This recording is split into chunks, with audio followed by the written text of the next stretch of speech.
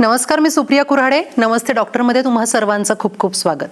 आपल्या आजच्या या कार्यक्रमामध्ये सहभागी झालेले आहेत डॉक्टर विश्वास परुळेकर. आपण त्यांचं कार्यक्रमामध्ये स्वागत करूयात. सर, तुमचं कार्यक्रमात खूप खूप स्वागत. आपण सरांबद्दल थोडीशी माहिती जाणून घेऊयात. नेमकं त्यांचं काम काय आहे आणि या क्षेत्रात त्यांनी भरपूर मोठं काम केलेलं आहे. तर डॉक्टर विश्वास यांनी नायर हॉस्पिटलमधून MD DGO पूर्ण केलेला आहे. तसंच जर्मनीच्या कील युनिव्हर्सिटीमधून त्यांनी डिप्लोमा इन रिप्रोडक्टिव्ह मेडिसिन हे त्यांनी पूर्ण केलंय. त्याचबरोबर IVF संदर्भात जर्मनी, इस्रायल आणि व्हिएतनाम इथून त्यांनी प्रशिक्षणही घेतलेलं आहे. 2011 पासून त्यांचं स्वतःचं IVF सेंटर आहे आणि त्याचबरोबर सर हे 3D सोनोग्राफी आणि लॅप्रोस्कोपिक सर्जरीही करतात. तर या संपूर्ण क्षेत्रामध्ये सरांचं 25 वर्षांपेक्षा जास्त मोठा अनुभव आहे आणि मोठं कार्य सरांनी या क्षेत्रामध्ये केलेलं आहे. आपण आपल्या कार्यक्रमाकडे वळूयात. सर, आजचा जो विषय आहे IVF फार वेगळा विषय आहे खरं तर, पण तसं पाहायला गेलं तर सर्वांच्याच आता परिचयाचा झालेला आहे. तर महत्त्वाचं म्हणजे आपला पहिला प्रश्न असेल की वंध्यत्व म्हणजे नेमकं काय, हे आपण आपल्या प्रेक्षकांना थोडंसं समजावून सांगूयात. वंध्यत्व म्हणजे लग्नानंतर जेव्हा कपल एकत्र राहत असतं 1 वर्षापेक्षा जास्त आणि तरी त्यांना अपत्यप्राप्ती होत नाही किंवा प्रेग्नन्सी राहत नाही, तेव्हा त्याला आपण वंध्यत्व असं म्हणू शकतो. असं आहे. पण आम्ही बऱ्याचदा बघतो की कपल्स 2-3 महिने लग्न झाल्यानंतर बरेच जण येतात ट्रीटमेंटसाठी. तर ते एक चुकीचं आहे. तर त्यांनी ते स्वतःला वंध्यत्व समजू नये किंवा त्यांच्या घरातले त्यांच्यावर दबाव टाकतायत लवकर मूल होण्यासाठी, तर त्यामुळे त्यांनी स्वतःला वंध्यत्व आहे असं समजू नये. कधी कधी काही वेळा त्यांना प्रेग्नन्सी नाही पाहिजे असते म्हणून ते काही कॉन्ट्रासेप्टिव्स पण वापरतात. मग ते 3-4 वर्ष वापरल्यानंतर मग ते जेव्हा येतात आमच्याकडे तेव्हा मग ते आम्हाला सांगतात की आम्हाला 4 वर्ष झाली लग्नाला आणि प्रेग्नन्सी नाही आहे. पण त्यांनी प्रयत्न केलेला नसतो प्रेग्नन्सीसाठी. तर प्रयत्न करणं प्रेग्नन्सीसाठी म्हणजे रेग्युलर इंटरकोर्स राहणं ते फार आवश्यक आहे ह्या वंध्यत्वामध्ये. त्यामुळे ह्या सगळ्या गोष्टी कन्सिडर करूनच आपल्याला ट्रीटमेंट प्लॅन करावी लागते. बरोबर. पण सर, वंध्यत्व हे आपल्याला आलेलं आहे, हे नेमकं कोणत्या स्टेजला कपलला कळू शकतं? जसं मी सांगितलं की वर्षभर ते प्रेग्नन्सी राहण्यासाठी ट्राय करतायत पण प्रेग्नन्सी राहत नाही, तर आपण त्याला वंध्यत्व समजतो. आणि मग त्यानंतर मग आपण पुढच्या तपासण्या आणि इलाज हे दोन्ही चालू करतो. तर त्यासाठी ज्या तपासण्या असतात त्या दोघांच्या असतात, स्त्रीच्या असतात, पुरुषाच्या असतात.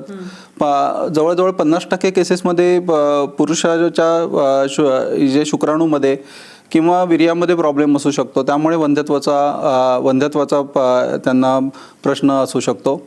आणि 50% वेळा त्यांचं लाईफस्टाईलचं हे मॉडिफिकेशन्स झालेले नसतात किंवा त्यांचं वजन वाढलेलं असतं, PCODचा त्रास असतो, दुसरा काही गर्भपिशवीमध्ये त्रास असतो, ओव्हरीजमध्ये काही पॅथॉलॉजी असू शकते. या गोष्टींमुळे वंध्यत्व असू शकतं. बरोबर. मग नेमकी ही जी IVFची ट्रीटमेंट आहे ती नेमकी केव्हा सुरू करावी? कारण जसं तुम्ही म्हणालात की 2-3 महिन्यातच कपल्स कधी कधी येतात किंवा खूप वर्ष ट्राय करतात पण मूल राहत नाही आणि मग खूप उशिरानेही येतात आणि त्याच्यामुळेही प्रॉब्लेम होऊ शकतो. मग नेमकं केव्हा त्यांनी यावं IVF ट्रीटमेंटसाठी? बेसिकली वंध्यत्वासाठी सर्वात पहिल्यांदा IVF ट्रीटमेंट करू नये. वंध्यत्व कशामुळे झालेलं आहे त्याचा आधी आपल्याला डायग्नोज करावं लागतं, निदान करावं लागतं. तर बऱ्याचदा आम्ही बघतो की लग्नानंतर वजन वाढलेलं असतं, त्यामुळे PCODचा प्रॉब्लेम झालेला असतो मुलीमध्ये आणि त्यामुळे त्यांचं ओव्ह्युलेशन जे म्हणतात, जे अंड बाहेर पडण्याचं प्रक्रिया आहे ती व्यवस्थित होत नसते. तर अशा ह्याच्यात त्यांनी जर डाएट व्यवस्थित केला, एक्झरसाईज जर व्यवस्थित केले वजन आपलं आटोक्यात आणलं तर फक्त तेवढ्या गोष्टींनी ते प्रेग्नन्सी राहू शकते. त्याच्यासाठी वेगळं काही करायची गरज नसते. आणि ते सगळं जर व्यवस्थित असेल आणि तरी पण जर प्रेग्नन्सी राहत नसेल तर एक सिम्पल सोनोग्राफी केली तर त्याच्यात जर समजून घेतलं की गर्भपिशवीमध्ये काही प्रॉब्लेम आहे का, कधी कधी गाठी असतात, फायब्रॉइड्स वगैरे, तर त्याचं आपल्याला एक दुर्बिणीचं तपासाने त्या काढता येतात आणि बघता पण येतं दुर्बिणीच्या तपासाने काही प्रॉब्लेम आहेत का. तर ते आधी करून घ्यावं आणि त्यानंतर त्यांनी प्रेग्नन्सीसाठी ट्राय करावं आणि त्याच्यानंतर पण जर राहिलं नाही तर मग ॲक्च्युअल ट्रीटमेंटकडे वळावं. आणि दुसरी गोष्ट, मिस्टरांचं म्हणजे त्याचा जे नवरा असतो त्याचं बऱ्याचदा ट्रीटमेंट हे होत नाही, इन्व्हेस्टिगेशन्स होत नाही, तर त्यांचे इन्व्हेस्टिगेशन्स महत्त्वाचे असतात. तर मग त्याचं जे आम्ही सिमेन अनालिसिस करतो ते महत्त्वाचं असतं. त्याच्यामध्ये जर प्रॉब्लेम आला तर मग तो प्रॉब्लेम आधी आपल्याला सॉल्व्ह करावा लागतो आणि त्यानंतर मग ते प्रेग्नन्सीसाठी ट्राय करू शकतात. बरोबर. म्हणजे खूप दोन महत्त्वाचे मुद्दे इथे आपल्याला सरांनी सांगितले. ते म्हणजे की पहिली स्टेज ही IVFची नाही आहे, तर तुम्ही थोडीशी स्वतःची काळजी घेऊन स्वतःच्या ज्या बेसिक गोष्टी आहेत त्या पहिले जागेवर आणा.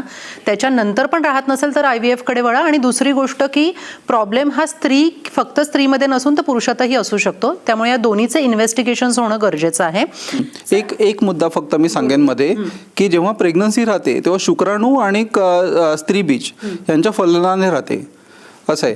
तर ते जर होत नसेल व्यवस्थित, त्यामुळे जर प्रेग्नन्सी राहत नसेल तर IVFच्या आधीसुद्धा एक ट्रीटमेंट असते, त्याला इंट्रायुट्राइन इन्सेमिनेशन म्हणतात. तर इंट्रायुट्राइन इन्सेमिनेशनमध्ये आपण पतीचं आपण शुक्राणू घेतो आणि ते गर्भपिशवीच्या आतमध्ये आपण ते सोडतो एक ठराविक दिवशी. तर बऱ्याच कपल्सना याच्यामुळे प्रेग्नन्सी राहू शकते आणि हे जास्त खर्चिक पण नसतं. पण जेव्हा असं एक ठराविक वेळा IUI करून सुद्धा जर प्रेग्नन्सी नाही राहिली तर मग आपल्याला IVFकडे वळावं लागतं. त्यामुळे IVF हा शेवटचा रिसॉर्ट आहे. IVF पहिला हे नाही आहे, पहिला उपचार नाही. म्हणजे सगळ्यात शेवटचा पर्याय म्हणूनच तुम्ही IVFकडे पहा. सर, IVF बद्दल आपण थोडं जास्त सविस्तर आपल्या प्रेक्षकांना समजून सांगूयात. IVF म्हणजे इन व्हिट्रो फर्टिलायझेशन. आता इन व्हिट्रो म्हणजे शरीराच्या बाहेर, फर्टिलायझेशन म्हणजे जे फलन म्हणतात, ज्याच्यामध्ये स्त्री बीजामध्ये हे शुक्राणू जातो त्याला फर्टिलायझेशन म्हणतात. तर ते जेव्हा शरीराच्या बाहेर होतं तेव्हा ते IVF असतं. जसं मी तुम्हाला आधी IUIची ट्रीटमेंट सांगितली, त्या ट्रीटमेंटमध्ये जे फलन असतं ते शरीराच्या आतमध्ये होतं, इन व्हिवो होतो. पण IVFमध्ये आम्ही स्त्री बीज आहेत ते बाहेर काढून घेतो, शुक्राणू बाहेर काढून घेतो, लॅबोरेटरीमध्ये त्याचं ॲनालिसिस करतो. मग त्याच्यातले सगळे जे चांगले स्त्री बीज आहेत ते घेऊन, चांगले शुक्राणू घेऊन त्यांचं लॅबोरेटरीमध्ये फलन घडवून आणतो आणि तसा तो गर्भ जो आहे तो लॅबोरेटरीमध्ये बनतो. म्हणून ह्याला टेस्ट ट्यूब बेबी पण म्हणतात, टेस्ट ट्यूब बेबी ट्रीटमेंट पण म्हणतात. ते ॲक्च्युली टेस्ट ट्यूब बेबीमध्ये नाही होत, ते वेगळ्या इक्विपमेंट्समध्ये होते, पण त्याला तसं नाव पडलंय. सर, ज्यावेळेला आपण IVF या ट्रीटमेंटकडे वळतो त्यावेळेला नेमकी पहिले आपण काय काळजी घ्यायची किंवा ती प्रोसिजर झाल्यानंतर सुद्धा आपण काय काळजी घ्यायची? IVF ट्रीटमेंट करण्याच्या आधीसुद्धा पेशंटने स्वतःचं वजन कमी करणं जरुरीचं असतं. त्याशिवाय त्यांनी काही अँटीऑक्सिडंट म्हणून ट्रीटमेंट असते ती घेणं जरुरीचं असतं, किंवा इतर काही अशी ट्रीटमेंट असते की ज्याने त्यांच्या शरीरातले जे प्रक्रिया आहेत, हार्मोनल प्रक्रिया आहेत त्या व्यवस्थित होऊ शकतात. तर ते करणं जरुरीचं असतं. ते करण्याच्या आधी, IVF करण्याच्या आधी हे जाणणं जरुरीचं असतं की हे IVF सक्सेसफुल होणार आहे का, किंवा त्यांना कोणत्या प्रकारचं IVF लागणार आहे ते जाणून घेणं जरुरीचं असतं. तर आता मी एक एक्झाम्पल सांगतो.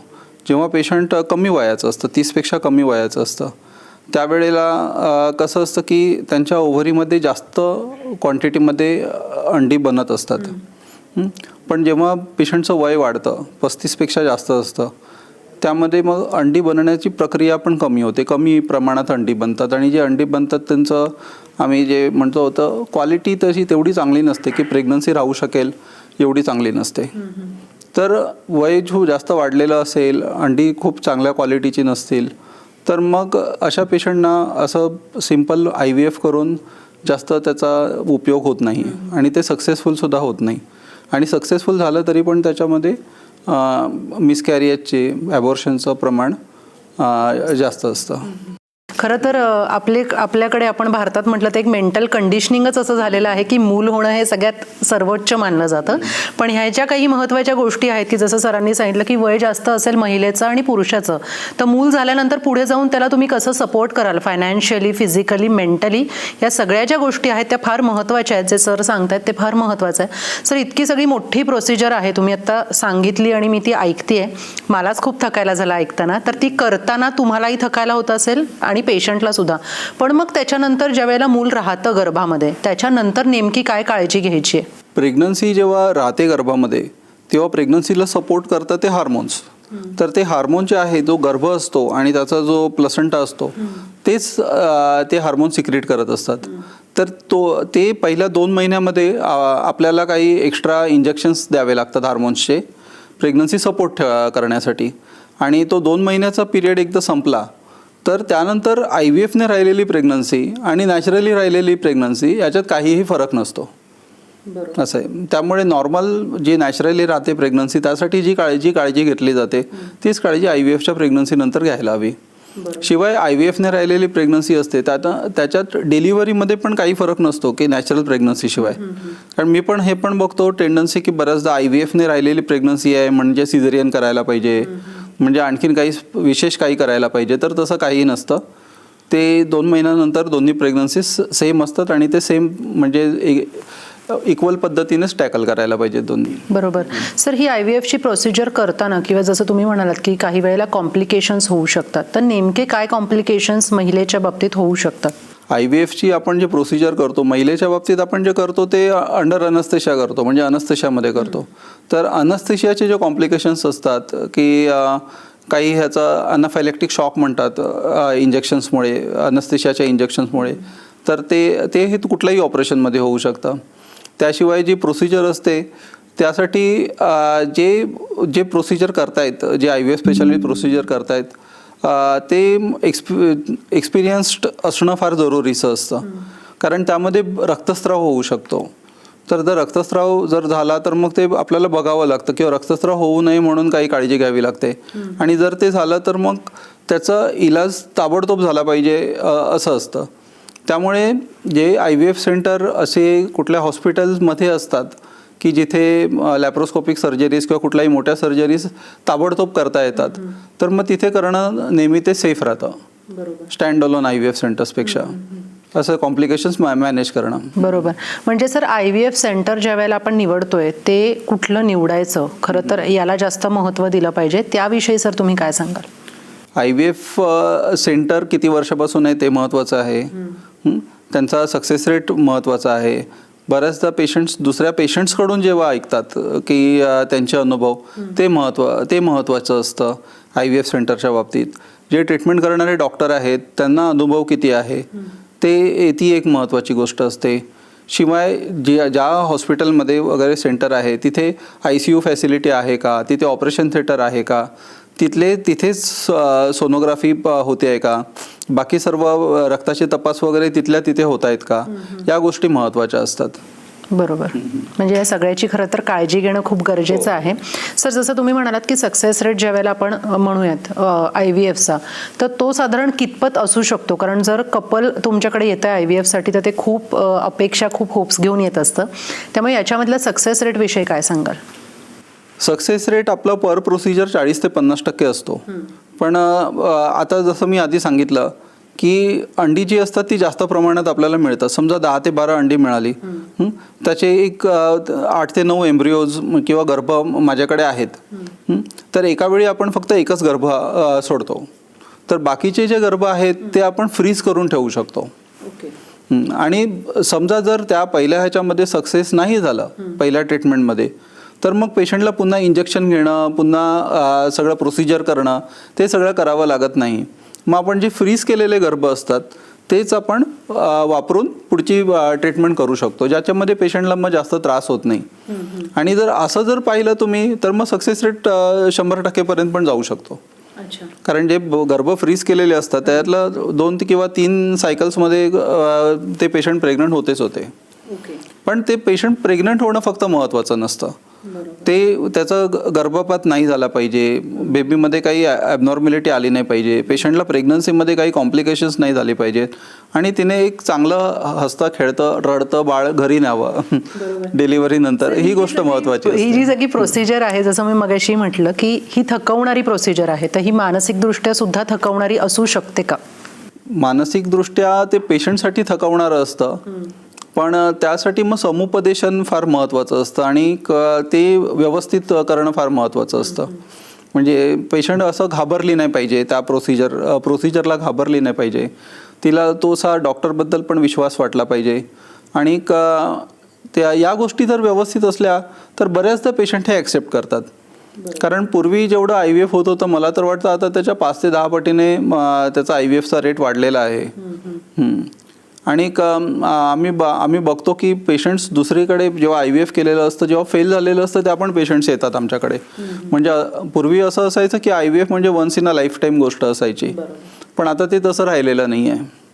खर्चाच्या बाबतीत पण ते फार कमी झालेलं आहे. पूर्वी असा बऱ्याच जास्त खर्च असायचा IVFचा, पण आता कुठल्याही असा एखाद्या ऑपरेशनचा वगैरे जेवढा खर्च असतो, साधारण तेवढ्या खर्चामध्ये IVFची ट्रीटमेंट बऱ्याच ठिकाणी होऊन जाते. बरोबर. म्हणजे त्याच्यातले तुम्ही ऑप्शन्स देता त्यांना आणि ते त्यांचे ऑप्शन्स निवडू शकतात. सर, मगाशी जसं तुम्ही सांगितलं की एग्स, स्पर्म्स किंवा एम्ब्रिओ हे आता आपण फ्रीज करू शकतो. हे आता नव्याने खूप जास्त आपल्याकडे ह्याचीही टेक्नॉलॉजिकली ॲडव्हान्स व्हायला लागली आहे, प्रगती व्हायला लागली आहे. त्याबद्दल सर काय सांगूयात आपण आपल्या प्रेक्षकांना? ही फार महत्त्वाची टेक्नॉलॉजी आहे. कारण बऱ्याचदा काय असतं की काही कॅन्सरचे पण पेशंट असतात, तर त्यांना जर कॅन्सर ट्रीटमेंट घ्यावी लागली, रेडिओथेरपी घ्यावी लागली, तर मग त्यांचं अंडी बनणं बंद होऊ शकतं पूर्ण. तर ते करण्याच्या आधी त्यांचे आपण अंडी फ्रीज करू शकतो. म्हणजे त्यांना नंतर प्रेग्नन्सीचे चान्सेस राहतात. शुक्राणूंचं पण आपण असं फ्रीज करू शकतो, किंवा जर त्यांना ऑलरेडी विवाहित असतील तर त्यांचे एम्ब्रिओ आपण फ्रीज करू शकतो नंतर वापरण्यासाठी. आणि जसं मी आधी सांगितलं की जेव्हा आम्हाला ट्रीटमेंट करत असताना जर एम्ब्रिओज आमच्याकडे जर जास्त असले तर मग आम्ही ते फ्रीज करू शकतो. तर मग पेशंट जर सक्सेसफुल नाही झाली सायकल तर त्यावेळी ती वापरू शकते, किंवा काही वेळा तर पेशंट सेकंड प्रेग्नन्सीच्या वेळी पण आपण ते एम्ब्रिओ वापरू शकतात. कारण ते लिक्विड नायट्रोजनमध्ये फ्रोझन असतात, ते वर्षानुवर्ष ते त्याच चांगल्या कंडिशनमध्ये राहू शकतात. पण जर हे पुन्हा वापरले नाही गेलेत, स्पर्म्स म्हणा, एग्स म्हणा किंवा एम्ब्रिओ म्हणा, तर मग हे अनयुज्ड या ज्या गोष्टी आहेत ह्याचा कसा उपयोग होऊ शकतो? त्याचा आम्ही नाही उपयोग करू शकत. ते आम्ही एकतर पेशंटकडे देतो, नाहीतर मग आम्हाला ते पेशंटच्या संमतीने आपल्याला ते हे करावं लागतं. त्याचं जनरली रिसर्चमध्ये वापरावं लागतं. बरोबर. पण ते बाय कन्सेंटच होऊ शकतं. बाय कन्सेंट आम्ही रिसर्चमध्ये वापरतो. सर, ज्यावेळेला आपण IVF करतो त्याच्यानंतरची जी प्रोसिजर असते डिलिव्हरी, आणि डिलिव्हरी नंतरची जी पोस्टपार्टम आपण जे म्हणतो, त्यावेळेला आईला दूध येणं किंवा बाळाने व्यवस्थित दूध पिणं हे सगळं तितकंच नॉर्मल असतं का जितकं नॉर्मल प्रेग्नन्सी किंवा नॉर्मल जे राहिलेला असतो गर्भ, तितकीच ही पण सगळी प्रोसिजर IVFच्या बाबतीत नॉर्मल असते का? ती तितकीच नॉर्मल असते. पण जसं मी सांगितलं की नॉर्मल जे प्रेग्नन्सी राहते तेव्हा पेशंटचं वयसुद्धा कमी असतं. पण IVFमध्ये मेजॉरिटी जे पेशंट असतात ना ते 35 वयाच्या वरतीच असतात. त्यामुळे त्यांच्या वयामुळे जेवढे कॉम्प्लिकेशन्स होतात तेच कॉम्प्लिकेशन्स त्यांचे पोस्टपार्टम म्हणजे प्रेग्नन्सीच्या नंतर पण होऊ शकतात. पण त्याचा IVFच्या प्रोसिजरचा काही संबंध नसतो बरोबर त्याच्याशी. बरोबर. सर, IVFचे जे कॉम्प्लिकेशन्स आहे, जसं आपण मगाशी म्हणत होतो, तर स्त्रियांचं वय वाढल्यानंतर किंवा आता जसं आपण पाहतोय की जास्तीत जास्त आपल्याकडे शुगरचे पेशंट्स निघतात, डायबिटीज होतोय, अशा वेळेला मग IVFसाठी आपण वळावं की न वळावं? ऑफकोर्स वळावं, पण पहिल्यांदा आपलं जे मेडिकल प्रॉब्लेम्स आहेत त्याची व्यवस्थित ट्रीटमेंट करून घ्यावी. त्यानंतरच IVFचा विचार करावा. योग्य ते IVF सेंटर आपण ज्या वेळेला निवडतो किंवा ज्या वेळेला आपल्याला ठरवायचं आहे की आता आपल्याला ही IVF ट्रीटमेंट घ्यायची आहे, त्यावेळेला नेमकी कोणती काळजी आपण घ्यावी? जसं आपण आधीच डिस्कस केलं की IVF सेंटरमध्ये सर्व फॅसिलिटीज आहेत का, म्हणजे त्यांना जे लागणारं IVFचं प्रकार आहे त्या प्रकारचं IVF तिकडे होऊ शकतं का, ते पहिली महत्त्वाची गोष्ट. त्यानंतर IVF सेंटरचं किती वर्ष झालेली आहेत, डॉक्टरांचा एक्सपिरियन्स, ICUची अवेलेबिलिटी, ऑपरेशन थिएटरची अवेलेबिलिटी, सोनोग्राफीची अवेलेबिलिटी आणि लॅबोरेटरी फॅसिलिटीची अवेलेबिलिटी, हे सर्व एकाच ठिकाणी आहे का, या गोष्टी फार महत्त्वाच्या असतात. त्याशिवाय ते सेंटर घरापासून आपल्या किती लांब आहे ते पण महत्त्वाचं असतं. बरोबर. सर, वंध्यत्व म्हटलं की जनरली आपल्याकडे स्त्रियांना कॉर्नर केलंच जातं आणि एक कुठेतरी आपण म्हणतो जसं वाईट टाकल्यासारखं किंवा त्यांच्याशी न बोलणं किंवा या सगळ्या गोष्टी फार कॉमन आहेत जे आपल्यालाही माहिती आहेत सामाजिकदृष्ट्या. पण मग तुम्ही काय सांगाल आपल्या प्रेक्षकांना? वंध्यत्व पहिली गोष्ट म्हणजे हा कपलचा प्रॉब्लेम असतो, हा स्त्रीचा प्रॉब्लेम कधीच नसतो. आणि जर तुम्ही असं इंडिव्हिज्युअल जरी प्रॉब्लेम बघायला गेलात तर जवळजवळ 50% केसेसमध्ये तो पुरुषाचा प्रॉब्लेम असतो स्त्रीपेक्षा जास्त. त्यामुळे ते असं पुरुषाचा प्रॉब्लेम असला तरी स्त्रीला दोष दिला जातो, तर ते पूर्णपणे चुकीचं आहे. तर या बाबतीत जेवढं नॉलेज वाढेल आणि तुमच्यासारखी माध्यमं किंवा न्यूजपेपर्स ह्याच्यामधून जेवढं योग्य नॉलेज जेवढं लोकांना मिळेल तेवढं या गोष्टी कमी होतील. सर, जसं आपण मगाशी काही डिस्कस केलं की ओरल कॉन्ट्रासेप्टिव्स या घेतल्या जातात लग्न झाल्यानंतर म्हणा किंवा काही मुली लग्नाच्या आधी म्हणा, याचे काही दुष्परिणाम आई न होण्यासाठी पण होऊ शकतात का? नाही, सध्याचे जे ओरल कॉन्ट्रासेप्टिव्ह असतात त्याच्यात हार्मोनचं प्रमाण फार कमी असतं. त्याच्यात ज्या महिन्यात तुम्ही ओरल कॉन्ट्रासेप्टिव्ह घेताय त्याच महिन्यात तुमचं त्याचं परिणाम राहतात, त्याच्या पुढच्या महिन्यात ते परिणाम राहत नाहीत. म्हणजे इव्हन ओरल कॉन्ट्रासेप्टिव्ह थांबवल्यानंतर त्याच्या पुढच्या महिन्यात पण प्रेग्नन्सी राहू शकते. बरेच तर ओरल कॉन्ट्रासेप्टिव्ह असे असतात की त्याच्यातल्या 1-2 गोळ्या तुम्ही चुकलात तरी त्या महिन्यात पण प्रेग्नन्सी राहू शकते. त्यामुळे त्याचा प्रेग्नन्सीवर परिणाम होण्याचा हे नाही होत. सर, 2011 पासून तुमचं स्वतःचं IVF सेंटर आहे, त्या सेंटरविषयी आपण थोडीशी माहिती आपल्या प्रेक्षकांना देऊया. आमचं ॲक्च्युली परुळेकर हॉस्पिटल हे जे मल्टीस्पेशालिटी हॉस्पिटल आहे ते 2004 पासून आहे आणि 2011 पासून आम्ही IVF सेंटर सुरू केलं. पण त्याचबरोबर आमचं असं एक अद्ययावत एंडोस्कोपी सेंटरसुद्धा आहे, ज्याच्यात आपण लॅप्रोस्कोपी, हिस्ट्रोस्कोपी म्हणजे गर्भपिशवीच्या आतमध्ये दुर्बीण टाकून जे तपास करतात ते आपण करू शकतो. लॅप्रोस्कोपीचं ऑपरेशन्स आपण करू शकतो. त्याशिवाय आम्ही कॉम्प्लिकेटेड प्रेग्नन्सीज असतात त्या आम्ही मॅनेज करतो आणि कॅन्सर सर्जरीज आम्ही मॅनेज करतो. आमच्याकडे स्वतःचे 3D सोनोग्राफी करता येतील असे दोन यंत्र आहेत आणि स्वतःचे 3 ऑपरेशन थिएटर्स आहेत. त्यामुळे ह्या सर्व ज्या गोष्टी आहेत त्या सर्व एका ठिकाणी होतात आणि आमचं टीमसुद्धा जी आहे ती एक्सपिरियन्स्ड आहे. 2011 पासून ते आतापर्यंत एवढा त्यांना बराच एक्सपिरियन्स आहे. त्यामुळे जनरली पेशंट्स जे येतात ते जनरली सक्सेस घेऊनच जातात आणि जर समजा त्यांचं सक्सेस होणार नसेल आणि जर आम्हाला ते आधी तपासण्या करतानाच आमच्या असं लक्षात आलं तर ते आम्ही त्यांना अपफ्रंट सांगतो की हे सक्सेसचा रेट एवढा आहे, कमी आहे, त्यामुळे तुमचं जे तुम्ही निर्णय घ्याल तो विचार करून घ्या. बरोबर. सर, या विषयाबद्दल तुम्ही खूपच छान माहिती दिली. तुमचे खूप खूप आभार. आपण नमस्ते डॉक्टरमध्ये पुन्हा एकदा भेटणार आहोत एका नवीन विषयासह. तोपर्यंत धन्यवाद.